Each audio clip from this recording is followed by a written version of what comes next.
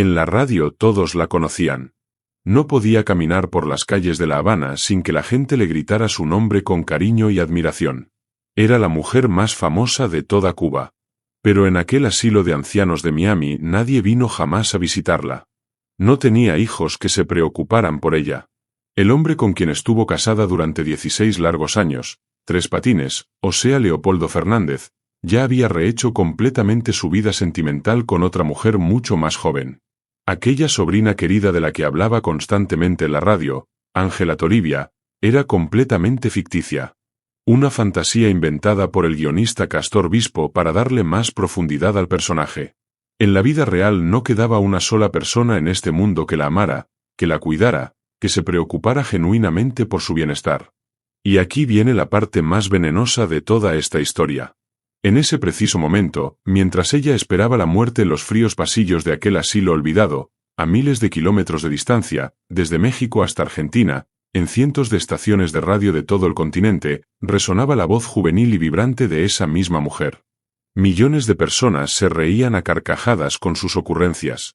Los anuncios comerciales giraban sin parar generando fortuna.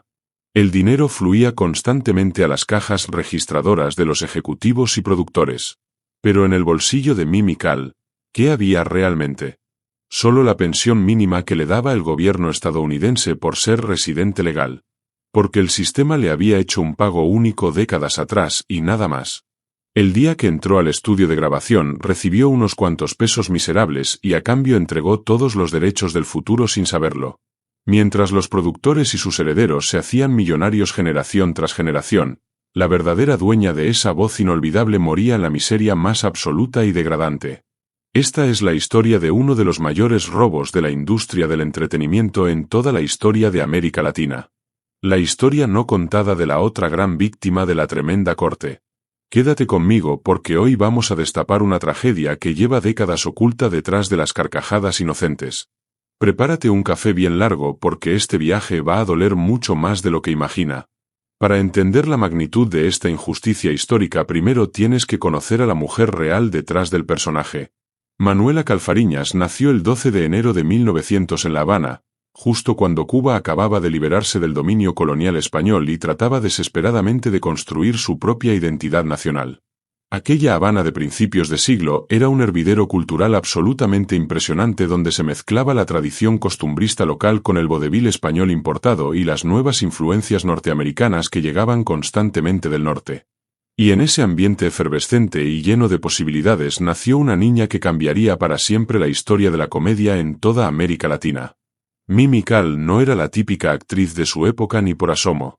Si tú piensas en las mujeres del teatro cubano de los años 20 te imaginas figuras meramente decorativas, mujeres hermosas pero completamente pasivas, simples adornos visuales del escenario mientras los hombres se llevaban todas las risas y los aplausos del público. Pero Mimi era otra cosa completamente distinta desde el principio. A los 16 años apenas cumplidos, en 1916, ya estaba trabajando profesionalmente en la legendaria compañía teatral de Arquímedes Pous, uno de los padres fundadores indiscutibles del teatro vernáculo cubano. Allí pasó 10 años completos de su juventud aprendiendo pacientemente cada secreto del difícil oficio, no solo técnicas de actuación y proyección de voz para llenar los teatros. Aprendió a dominar magistralmente el argot de la calle habanera, el ritmo particular del habla popular cubana, los chistes que hacían reír por igual al guajiro humilde del campo y al habanero más sofisticado de la capital. Fíjate bien en esto porque es absolutamente clave para entender todo lo que viene después en esta historia.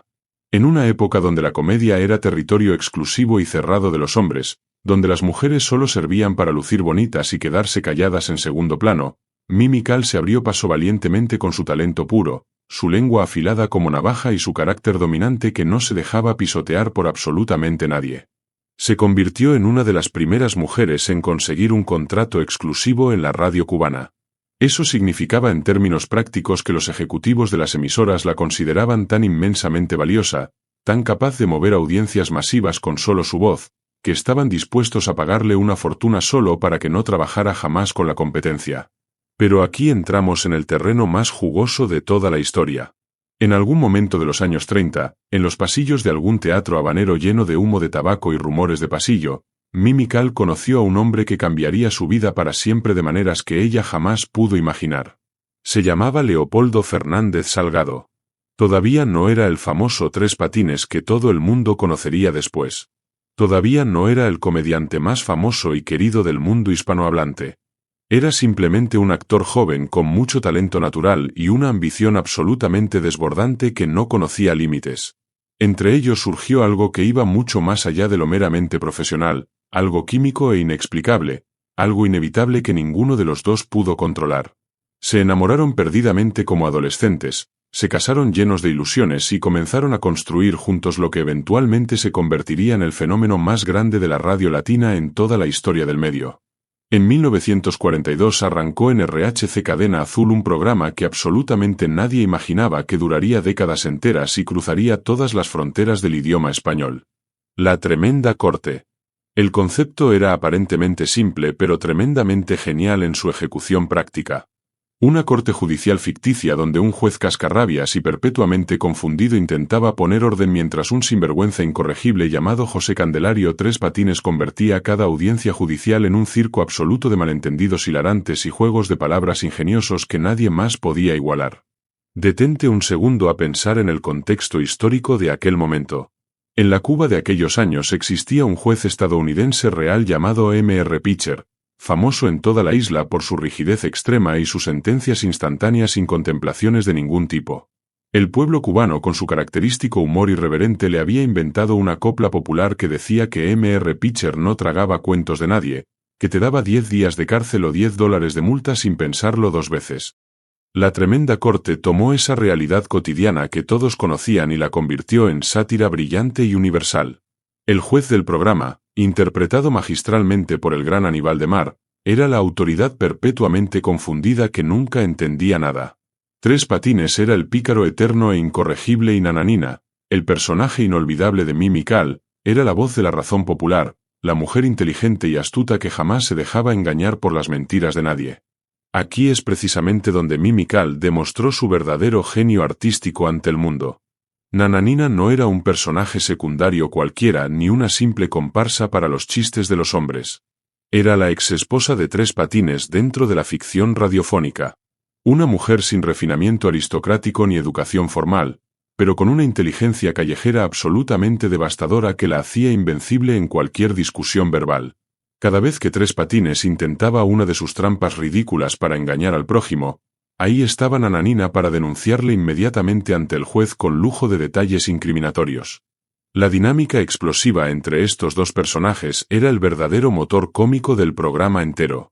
Y lo más fascinante de todo es que esa tensión ficticia reflejaba algo muy real que estaba ocurriendo fuera de los micrófonos del estudio. Ponte en los zapatos de Mimi Cal por un segundo y analiza la complejidad de esa situación. Ella y Leopoldo Fernández estaban legalmente casados en la vida real. Compartían casa y cama todas las noches, mientras interpretaban a dos exesposos que se odiaban profundamente en la radio nacional. Cada insulto creativo que Nananina le lanzaba a Tres Patines en el programa, cada acusación devastadora, cada mirada de desprecio absoluto, salía de la boca de una mujer que esa misma noche dormiría junto a ese mismo hombre. Los millones de oyentes en toda Cuba y América Latina no sabían realmente si estaban escuchando actuación profesional de primer nivel o una especie de terapia de pareja disfuncional transmitida en vivo para todo el continente. Y entonces pasó algo que nadie esperaba y que cambiaría las reglas del juego para siempre. En algún momento durante los años dorados del programa, cuando los ratings estaban en la estratosfera y todo parecía perfecto, Mimi Cal tomó la difícil decisión de alejarse temporalmente de la Tremenda Corte. Las razones exactas de esa decisión se perdieron para siempre en el chismorreo interminable de los pasillos de la emisora. Se rumorea insistentemente que fueron disputas salariales muy serias, porque ella exigía cobrar lo que realmente valía su trabajo. Otros veteranos de la industria dicen que hubo conflictos personales muy graves con la producción ejecutiva del programa. Lo que sí está perfectamente documentado en los archivos de la época es la reacción absolutamente desesperada de los ejecutivos de la radio. Imagínate la escena con todo el detalle que merece ser recordado. Los productores de RHC Cadena Azul, completamente convencidos en su arrogancia corporativa de que el programa era más grande e importante que cualquier actriz individual, por famosa que fuera, tomaron una decisión que hoy nos parece completamente absurda, pero que en ese momento les pareció razonable. Contrataron a un actor masculino llamado Julito Díaz para que imitara el personaje de Nananina frente al micrófono.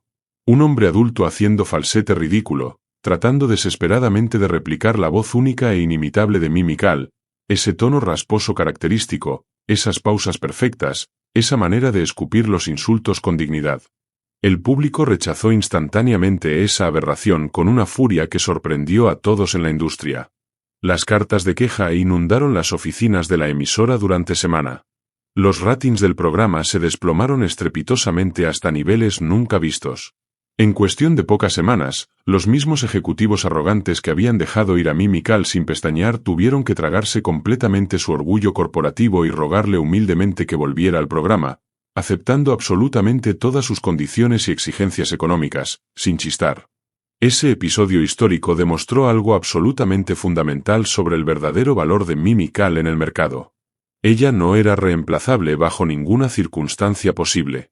Su voz particular e inconfundible, su timín cómico absolutamente perfecto, su manera única de escupir los insultos más creativos mientras mantenía una dignidad inquebrantable de mujer respetable, todo eso era completamente irreproducible por cualquier otra persona en el mundo entero. El pueblo cubano había hablado con claridad absoluta. Sin Mimi Cal no existía Nananina, y sin Nananina no había tremenda corte que valiera la pena escuchar. Pero aquí viene lo más oscuro y perturbador de toda esta historia. Mientras Mimi Cal demostraba con hechos contundentes ser absolutamente indispensable para el éxito del programa, mientras la tremenda corte se expandía imparablemente por todo el continente americano, conquistando nuevos mercados, mientras millones y millones de oyentes sintonizaban religiosamente cada semana, desde República Dominicana hasta la lejana Chile. Ella no estaba acumulando la fortuna monumental que claramente merecía por su extraordinario trabajo. El sistema de contratos que dominaba la radio latinoamericana de aquella época era una máquina de explotación laboral perfectamente diseñada y completamente legal, según las leyes vigentes. Los actores firmaban lo que se llamaba pago único por episodio grabado. Eso significaba, en términos prácticos, que el día exacto de la grabación recibías tu cheque modesto y punto final. No importaba absolutamente nada si ese mismo episodio se repetía 1000 veces en distintos horarios y países. No importaba si lo vendían lucrativamente a 20 países diferentes de habla hispana. No importaba si lo convertían en disco de vinilo y vendían millones de copias en toda América Latina. Tú ya habías cobrado tu pago único miserable. Todo el resto era ganancia pura y eterna para los productores y sus herederos. Mientras tú no tenías ni para comprar un simple ventilador en tu modesta casa de La Habana durante los calores sofocantes del verano tropical, los intermediarios de la industria del entretenimiento se compraban mansiones lujosas en los mejores barrios, con el sudor de tu voz y tu talento. Aquí entramos en las tripas mismas del monstruo. La relación amorosa entre Mimi Cal y Leopoldo Fernández, que había comenzado con tanta pasión desbordante allá en los años 30, se fue deteriorando lentamente con el implacable paso del tiempo. El mundo del espectáculo cubano de aquella época era un ecosistema incestuoso y claustrofóbico donde absolutamente todos se conocían íntimamente. Todos se envidiaban secretamente y todos guardaban oscuros secretos comprometedores de todos los demás. Cuentan los veteranos que Leopoldo tenía una fama bien ganada de mujeriego incorregible que no podía resistir ninguna tentación femenina. Se dice en los círculos del exilio que las tensiones profesionales constantes se mezclaban peligrosamente con los celos personales más intensos y destructivos. Lo que sabemos con absoluta certeza histórica es que después de aproximadamente 16 años de matrimonio tumultuoso, la pareja finalmente se divorció a finales de los años 50. Y aquí viene lo verdaderamente extraordinario que demuestra el carácter de acero de esta mujer excepcional. A pesar de la dolorosa separación legal, a pesar de todo el dolor personal profundo que debió existir entre ellos después de tantos años juntos, Mimi Cal y Leopoldo Fernández continuaron trabajando juntos profesionalmente como si absolutamente nada hubiera pasado entre ellos. Siguieron grabando episodios de La Tremenda Corte con la misma química explosiva de siempre. Siguieron insultándose creativamente como Nananina y Tres Patines frente a los micrófonos, mientras en la vida real probablemente no podían ni mirarse a los ojos sin sentir rencor profundo. Eso requiere un nivel de profesionalismo y disciplina artística que muy pocos seres humanos en la historia del entretenimiento han demostrado poseer. Leopoldo Fernández rehizo rápidamente su vida sentimental con una mujer más joven llamada Eneida González, conocida cariñosamente como Eni. Mimi Cal quedó completamente sola en el mundo, sin hijos que la acompañaran en la vejez, sin nueva pareja que la consolara en las noches frías, con nada más que su inmenso talento y un personaje radiofónico que la perseguiría como una sombra hasta el día de su muerte.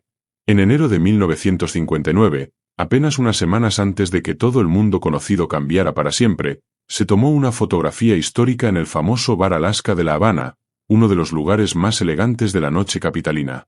En esa imagen memorable aparece Mimi Cal sentada elegantemente rodeada de las mujeres más poderosas y glamorosas de todo el espectáculo cubano de la época. Ahí estaban Violeta Casals, Rosita Fornes, la legendaria Rita Montaner, Alicia Rico, Doris de la Torres, todas vestidas impecablemente con sus mejores galas, todas sonrientes y confiadas, todas absolutamente convencidas de estar en la cima de sus brillantes carreras. Ninguna de esas mujeres podía imaginar que ese mundo estaba a punto de desaparecer para siempre. Hasta aquí la historia parece la típica tragedia de una estrella que pierde el amor de su vida, pero lo que pasó en los meses siguientes cambió completamente todo el tablero de juego. Cuando Fidel Castro consolidó su poder revolucionario, una de las primeras medidas radicales que implementó fue nacionalizar absolutamente todos los medios de comunicación de la isla. Las estaciones de radio privadas que habían florecido durante décadas desaparecieron literalmente de la noche a la mañana. Los estudios de televisión pasaron completamente a manos del Estado. El arte dejó de ser entretenimiento libre y se convirtió en un instrumento obligatorio de propaganda ideológica. Para artistas como Mimi Cal, cuyo humor se basaba precisamente en burlarse del sistema establecido y satirizar a las figuras de autoridad, simplemente ya no había espacio posible en la nueva Cuba revolucionaria. Mimi Cal ya había viajado a Puerto Rico poco tiempo antes, persiguiendo un contrato lucrativo que prometía excelentes ingresos económicos. Cuando la revolución consolidó definitivamente su poder absoluto sobre todos los aspectos de la vida cubana, regresar de forma permanente a su isla natal se volvió completamente imposible. El destino inexorable la empujó hacia Miami, donde miles y miles de cubanos desesperados intentaban reconstruir sus vidas destrozadas desde cero absoluto. El exilio forzado es una experiencia profundamente traumática para cualquier ser humano. Pero para un comediante cuyo arte depende completamente del lenguaje local específico, de los chistes que solo entiende tu propia gente, de las referencias culturales compartidas durante toda una vida, el exilio representa una muerte artística lenta y tremendamente cruel. Las memorias del artista exiliado se desvanecen gradualmente entre los escombros de la vida cotidiana en tierra extraña y terminan evaporándose en una lucha patética contra la pobreza y la desesperanza. En Miami, Mimi Cal luchó valientemente por mantener viva la llama de su arte. Se reunió con otros exiliados famosos del mundo artístico cubano, incluyendo a su exmarido Leopoldo Fernández. Juntos montaron espectáculos teatrales nostálgicos para la creciente comunidad de exiliados. El más conocido fue Se escapó el loco con Pototo. Esos shows llenaban pequeños teatros modestos de cubanos llorosos que pagaban gustosamente por revivir los recuerdos dorados de la patria perdida. Pero la realidad económica era absolutamente implacable. Esos teatros humildes del exilio no podían competir con las poderosas cadenas de radio nacionales que Mimi Cal había dominado en Cuba. El público era apenas una pequeña fracción. Los ingresos eran miserables. Y aquí te lanzo la pregunta clave que desmonta todo. Si Mimi Cal era tan absolutamente indispensable, si el público había rechazado furiosamente a cualquier sustituto, ¿por qué no la llevaron a México cuando decidieron hacer la versión televisiva del programa en 1966? Fíjate bien en esto porque es el momento más cruel de toda esta historia. En 1966, los productores mexicanos decidieron llevar la tremenda corte a la televisión nacional. Era el salto definitivo. Leopoldo Fernández viajó entusiasmado a Ciudad de México. Aníbal de Mar también fue contratado inmediatamente. Pero Mimi Cal, que ya tenía 66 años, no recibió ninguna invitación. En su lugar, contrataron fríamente a una actriz mexicana llamada Norma Zúñiga para interpretar a Nananina. Pero aquí viene lo que más duele de todo. Antes de que Norma Zúñiga apareciera frente a las cámaras mexicanas, alguien tuvo que enseñarle cómo ser Nananina. Alguien tuvo que mostrarle pacientemente los gestos característicos, las inflexiones de voz, la manera exacta de pronunciar los insultos con el timín perfecto. Y ese alguien fue la propia Mimi Cal en persona. Detente un segundo a procesar esto. ¿La mujer que había creado el personaje con su propia carne y sangre? ¿La mujer que había demostrado ser irreemplazable cuando intentaron sustituirla con un hombre? Esa misma mujer tuvo que entrenar a su propia reemplazante. Tuvo que regalar los secretos de su arte a otra actriz que cobraría por un trabajo que ella había inventado. Y, por supuesto, Mimi Kahl no recibió ni un centavo de regalías por esa versión televisiva. Imagínate el peso de esa humillación. Imagínate tener que sonreír mientras le explicas a una desconocida cómo imitar tu voz, tus pausas, tu ritmo. Imagínate saber que esa mujer va a ganar dinero con tu creación mientras tú te quedas con las manos vacías. Los años 70 llegaron sin piedad. Su salud comenzó a deteriorarse. Sus ahorros se agotaron. No tenía hijos. No tenía marido. La mujer que hizo reír a un continente se encontró completamente sola. Mimi Kahl pasó sus últimos años en un asilo de Miami. Vivía de una pensión mínima. Esa pensión apenas alcanzaba para los gastos básicos. Imagínate esta escena. Una anciana de 78 años en silla de ruedas. Nadie la visita. Sus ojos miran el sol de Florida que no calienta su soledad. Y en ese instante su voz sale de una bocina en Guadalajara y hace reír a un vendedor que nunca sabrá que ella existe. El 21 de mayo de 1978, Mimi Kahl cerró los ojos para siempre. Tenía 78 años. Murió lejos de todo lo que amó. Su cuerpo fue enterrado en el Caballero Rivero Woodlawn Cemetery. Ese cementerio guarda muchos cubanos ilustres. Y ahora también la mujer que definió la comedia radial latinoamericana. No fue la única víctima. Aníbal de Mar también murió sin regalías. Leopoldo terminó en la ruina. Pero Mimi era mujer sola, sin hijos. Cada condición multiplicó su caída. Ahora quiero saber qué piensas. ¿Conocías esta historia? ¿Sabías que Mimi entrenó a su reemplazante? Déjame tu respuesta en los comentarios. Si este análisis te reveló algo nuevo, suscríbete. Activa la campanita. Comparte con ese amigo que se ríe con la tremenda corte, sin saber el precio que pagaron sus creadores. Te espero en una próxima entrega de tu canal. Nos vemos pronto.